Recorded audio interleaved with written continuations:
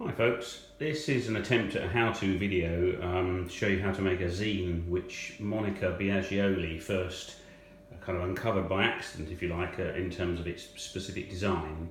I'm going to show you how to make one and then show you how I used it to record some conversations at a mental health event recently.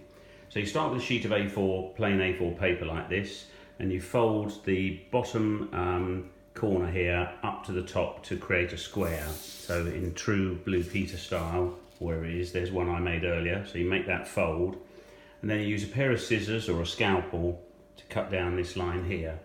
I'm just going to quickly make that cut. I don't know if you can see it or not, but anyway, it doesn't really matter. I will cut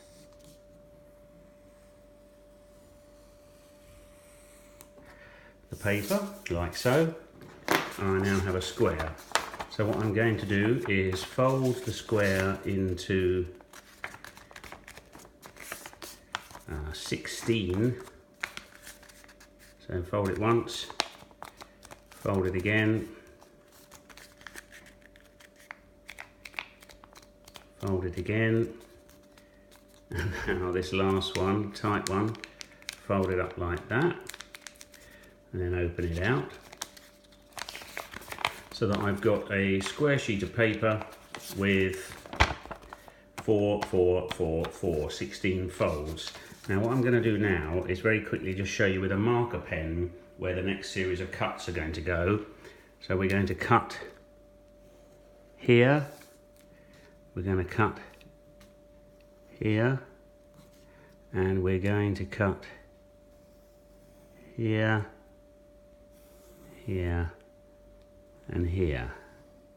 Okay, so you end up with two cuts in the middle at the top and bottom, and then an H shape. And I've got one here that I cut out earlier on. So this is the design as it is blank.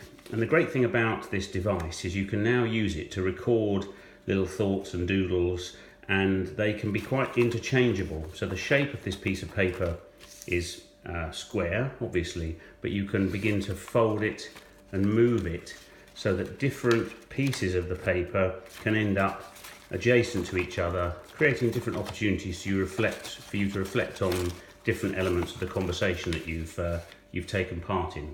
So that's the template, and this is one I made at a recent event discussing mental health. Oops, health and safety. Just put the lid back on my scalpel because I don't need that anymore.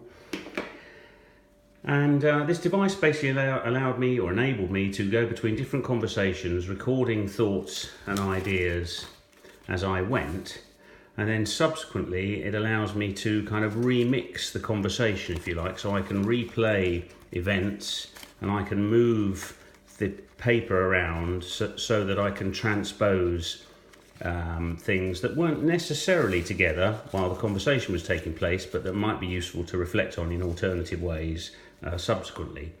So I hope that makes sense. The other thing that I really like about this is it needn't be something that you share publicly. I mean, it folds up very small, so there's no reason at all why you couldn't use this as a reflective device, if you like, but keep the conversation kind of to yourself. It doesn't have to be displayed publicly. I rather like the irony that this face here just talks about emptiness. So okay, you can keep it closed, you can keep it open.